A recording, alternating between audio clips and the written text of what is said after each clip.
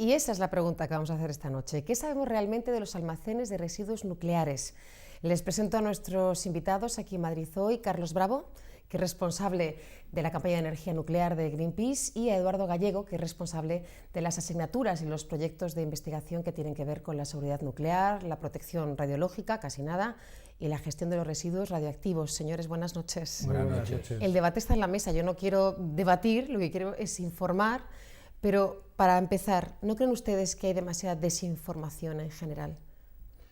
Bueno, evidentemente sí que la hay, y precisamente el Gobierno ha iniciado este procedimiento obviando completamente la necesidad de informar, de dar información y de generar procesos de participación pública. Estaba obligado a ello, incluso en el Real Decreto que creaba una comisión interministerial para este tema, y sin embargo al final ha prescindido totalmente de eso, y estamos viendo un espectáculo bastante lamentable en la que ayuntamientos se han ofrecido como candidatos sin haber consultado a los vecinos ni a los pueblos del entorno, sin tener en cuenta la comunidad autónoma y sin saber realmente para qué se postula, ¿no? Por lo tanto, un proceso absolutamente falto de transparencia, falto de participación pública y falto de información, y eso es un gran problema, sí. desde luego. Eduardo, ¿usted cree que, independientemente de que sean positivos o no, estemos de acuerdo o no con los almacenes nucleares, le parece que ha habido un problema de desinformación, que esta decisión ha sido un tanto arbitraria por parte del Gobierno? Bueno, esta decisión viene como consecuencia de un acuerdo en la Comisión de Industria del Congreso de Diputados en el año 2004, por unanimidad. A partir de entonces, Enresa, como empresa pública responsable de los residuos radiactivos, se pone a trabajar en el proyecto y empieza a dar información a quien la solicita. Lógicamente, eso normalmente tiene un alcance limitado. En 2006 se crea ya la comisión interministerial que tiene que ocuparse de tomar la decisión de a dónde irá el almacén, y se abre un proceso de información pública que duró pues varios meses, pero volvemos un poco a lo mismo. Como el tema no era inminente, posiblemente solo solicitaron información pues aquellas entidades, municipios que estaban más interesados. Y al final a la opinión pública le llega cuando estalla un poco la cuestión, como ha ocurrido pues en las últimas semanas. Hombre, no es desencaminado, ¿no?, que un alcalde de un municipio pida un referéndum a sus vecinos para saber si quieren o no quieren. No, es que ni siquiera se ha hecho eso. No, pero que no estaría desencaminado, no. Que se hiciera... Pero en cualquier caso, primero, desde el 2004 que digamos, el Gobierno de entonces planteó la necesidad de hacer esta instalación, tenía tiempo suficiente para haber generado un amplio proceso de participación pública y de información, ¿no? No directamente en plena Navidades iniciar con una resolución un proceso de búsqueda de candidatos. No ha habido ninguna información. La gente no sabe realmente qué son los residuos reactivos, pero la gente de los pueblos que la ha pedido, los alcaldes, me gustaría saber si saben que los residuos reactivos están cientos de miles de años emitiendo reactividad, que son sumamente peligrosos, que no hay solución técnica definitiva para gestionar estos residuos y que todos son soluciones temporales, ¿no?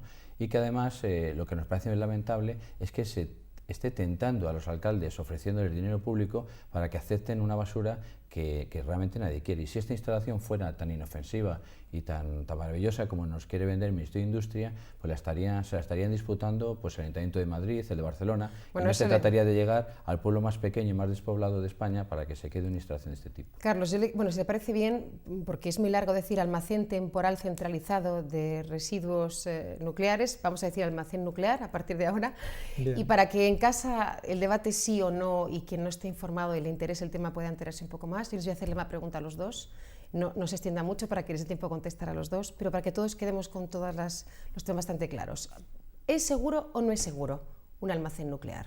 Bueno, yo creo que ahí claramente hay que decir que la opción que se ha buscado es la que se considera más segura, no solo en España, sino en los países de nuestro entorno. Hay almacenes como este, análogos en Francia, en Holanda, en Bélgica, en el Reino Unido, en Estados Unidos, en muchos países. No se está ensayando nada que sea nuevo, sino que se va adoptando la tecnología que ofrece mayor seguridad.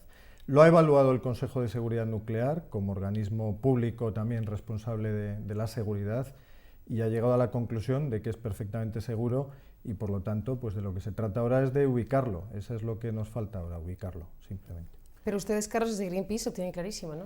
No, evidentemente no es una instalación segura. Evidentemente, también la industria nuclear decía que las centrales nucleares eran muy seguras. Ahí tenemos el accidente de Chernobyl o el accidente de Vandellós 1 en Tarragona, un momentito, sí. U otros accidentes que ha habido en todas partes del mundo, en Windscale en el Reino Unido, Harrisburg en Estados Unidos. Ninguno de esos accidentes estaba pensado que pudiera suceder. De luego uno no con fusión total del núcleo como se dio en Chernobyl.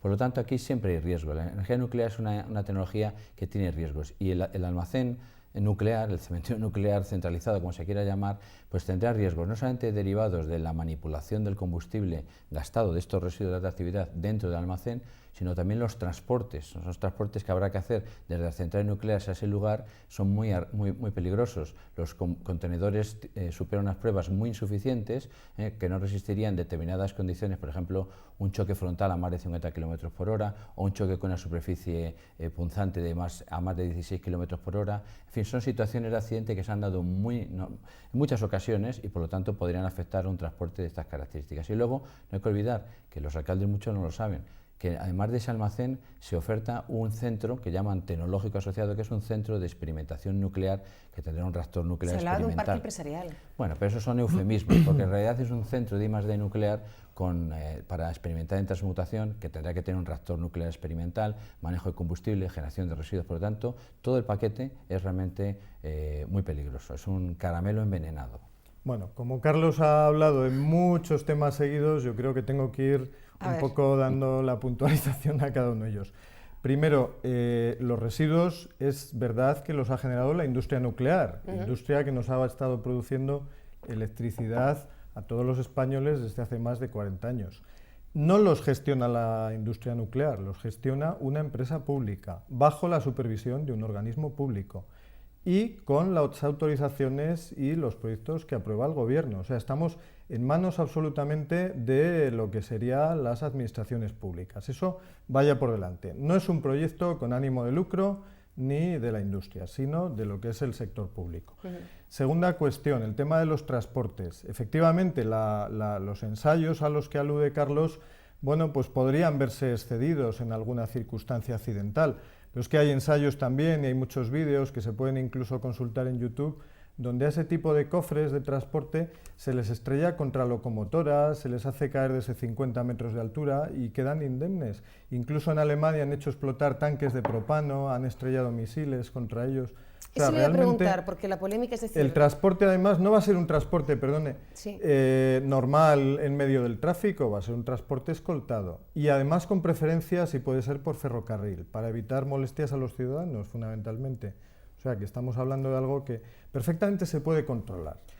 Pues nosotros no estamos de acuerdo con eso y creemos que hay otra política de gestión de residuos que sería mucho más razonable, ¿no? En primer lugar, como Eduardo ha comentado, la industria nuclear, las centrales nucleares son las que han generado estos residuos radiactivos con los que no se sabe qué hacer. Por lo tanto, cualquier política razonable de gestión de residuos debería empezar por minimizar la producción de esos residuos. Esto significa básicamente sustituir las centrales nucleares, que son las que producen estos residuos, por energías renovables. Y esto se puede hacer perfectamente. Ya las energías renovables generan más electricidad que la nuclear en España, ¿no?